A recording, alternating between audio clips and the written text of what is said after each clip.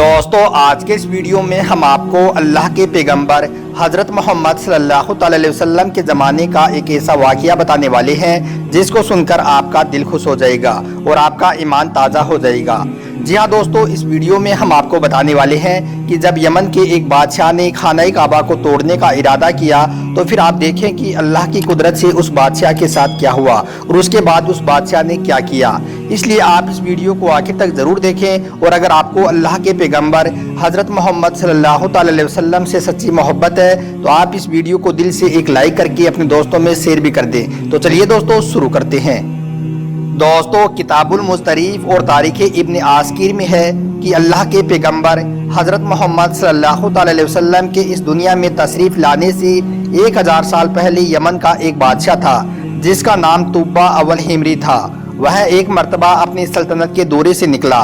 बादशाह ने अपने साथ 12,000 आलिम और हाकिम और 1,32,000 सवार और 1,13,000 प्यादे लिए और वह इस शान से निकला कि वह जहाँ भी कहीं पहुँचता तो उसकी शान और शौकत को देखकर लोग चारों तरफ से इसका नज़ारा देखने के लिए जमा हो जाते। दोस्तों ऐसा करते करते जब वह बादशाह दौरा करता हुआ मक्का शरीफ पहुंचा तो अहले मक्का से कोई भी शख्स उसको देखने के लिए अपने घर से बाहर नहीं निकला, यानी कि घर से बाहर नहीं आया। यह देखकर यमन का बादशाह बहुत हैरान हुआ और उसने अपने वजीर आजम से इसकी वजह पूछी तो वजीर ने उसको बताया कि इस शहर में एक ऐसा घर है जिसको बैतुल्लाह कहते हैं, जिससे लोग बहुत मोहब्बत करते हैं और उसकी ताजीम करते हैं और जितना आपका लश्कर है इससे कहीं ज़्यादा लोग दूर दराज से इस घर की ज़ियारत को आते हैं और यहाँ के लोगों की खिदमत करके चले जाते हैं। फिर आप इनके ख्याल में कैसे आओगे? तो यह सुनकर यमन के बादशाह को बहुत गुस्सा आया और कसम खाकर कहने लगा कि मैं इस घर को तुड़वा दूंगा, मैं इस घर को खुदवा दूंगा और यहाँ के लोगों का कत्ल करा दूंगा। दोस्तों उस बादशाह का इतना कहना था कि अल्लाह की कुदरत से उसके नाक और मुंह और आंख से खून बहना शुरू हो गया और ऐसा बदबूदार मवाद बहने लगा कि उसके पास बैठने की भी किसी की ताकत ना रही। इस मरज का काफ़ी इलाज कराया गया मगर वह बादशाह ठीक नहीं हुआ। एक रोज़ शाम के वक्त बादशाह के साथी आलिमों में से एक आलिम रब्बानी तशरीफ लाई और उसकी नब्ज को देखकर फरमाया कि मरज आसमानी है और इलाज ज़मीन का हो रहा है। और वह आलिम कहने लगा कि ए बादशाह, आपने अगर कोई बुरी नीयत की है तो फ़ौरन आप उससे तौबा कर लीजिए। तो यह सुनकर बादशाह ने दिल ही दिल में बैतुल्लाह शरीफ और खाने काबा के मुतालिक अपने इरादे से तौबा कर ली। तो अल्लाह की कुदरत देखिए, तौबा करते ही उसका खून और मवाद बहना बिल्कुल बंद हो गया और फिर उसकी सेहत बिल्कुल अच्छी हो गई।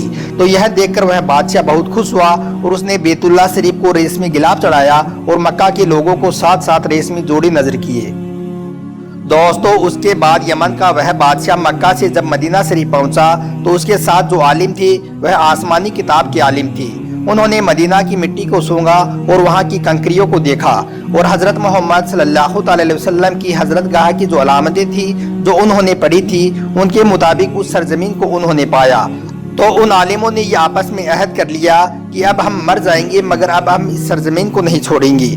अगर हमारी किस्मत ने साथ दिया तो अल्लाह के पैगंबर हज़रत मोहम्मद सल्लल्लाहु अलैहि वसल्लम अगर कभी यहाँ पर तशरीफ़ लाएंगे तो हमें ज़ियारत का शर्फ हासिल हो जाएगा और अगर ज़ियारत नहीं होगी तो हमारी कब्रों पर तो ज़रूर ही कभी ना कभी उनकी जूतियों की मुक़द्दस खाक उड़कर हमारे ऊपर पड़ जाएगी, जो हमारी निजात के लिए काफ़ी है।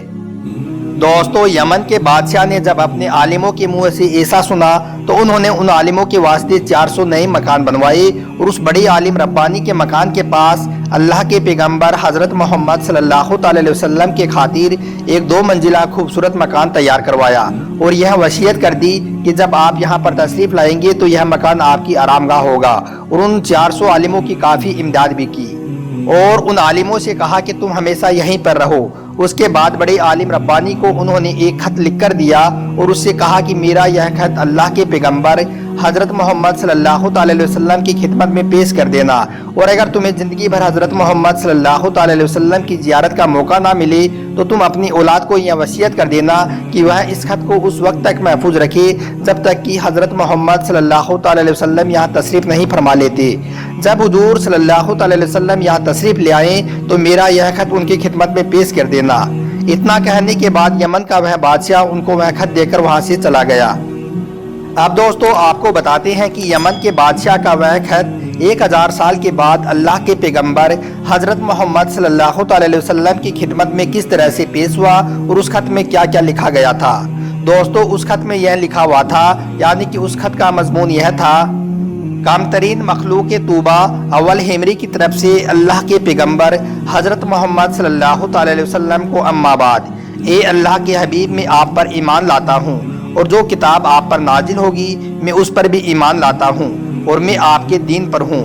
अगर मुझे आपकी ज़ियारत का मौका मिल गया तो बहुत अच्छा और गनीमत है, और अगर मुझे आपकी ज़ियारत नसीब ना हो सकी तो आप मेरी शफाअत फरमाना और क़यामत के रोज़ आप मुझे फरामोश ना करना। ए अल्लाह के हबीब, मैं आपकी पहली उम्मत में से हूँ और मैं आपके साथ आपकी आमद से पहले बेयत करता हूँ और मैं गवाही देता हूँ कि अल्लाह एक है और आप उसके सच्चे रसूल हैं। दोस्तों यमन के बादशाह के उस खत की 400 आलिमों की नस्ल दर नस्ल के द्वारा जान की तरह हिफाजत की जाती रही। इस तरह से 1000 साल का वक्त गुजर गया। उन आलिमों की औलाद इस कदर बढ़ी कि पूरे मदीने की आबादी में कई गुना इजाफा हो गया, और वह खत बड़े आलिम रब्बानी की औलाद में से हज़रत अबू अय्यूब अंसारी रज़ियल्लाहु ताला अन्हु के पास पहुंचा और आपने वह खत गुलाम खास अबू लैला की हिफाजत में रखा। दोस्तों उसके बाद जब अल्लाह के पैगंबर हज़रत मोहम्मद सल्लल्लाहु अलैहि वसल्लम मक्का से हिजरत फरमाकर मदीना शरीफ पहुंचे और जब आपकी ऊँटनी मदीना की अलविदाई घाटियों में नमूदार हुई तो मदीना के खुशनसीब लोग महबूब खुदा का इस्तकबाल करने के लिए अपने घरों से निकल पड़े। इनमें से कोई अपने मकान को सजा रहा था तो कोई दावत का इंतजाम कर रहा था, और सब लोग यह ख्वाहिश कर रहे थे कि अल्लाह के पैगंबर हज़रत मोहम्मद सल्लल्लाहु अलैहि वसल्लम मेरे घर तशरीफ़ फरमा हो। मगर हुजूर सल्लल्लाहु अलैहि वसल्लम ने फरमाया कि मेरी ऊँटनी की नकील छोड़ दो, यह जिस घर में जाकर ठहरेगी और बैठ जाएगी वह घर मेरा आरामगाह होगा, यानी कि मैं उसी घर में ठहरूंगा। दोस्तों उसके बाद हुजूर सल्लल्लाहु अलैहि वसल्लम की ऊँटनी की नकील छोड़ दी गई।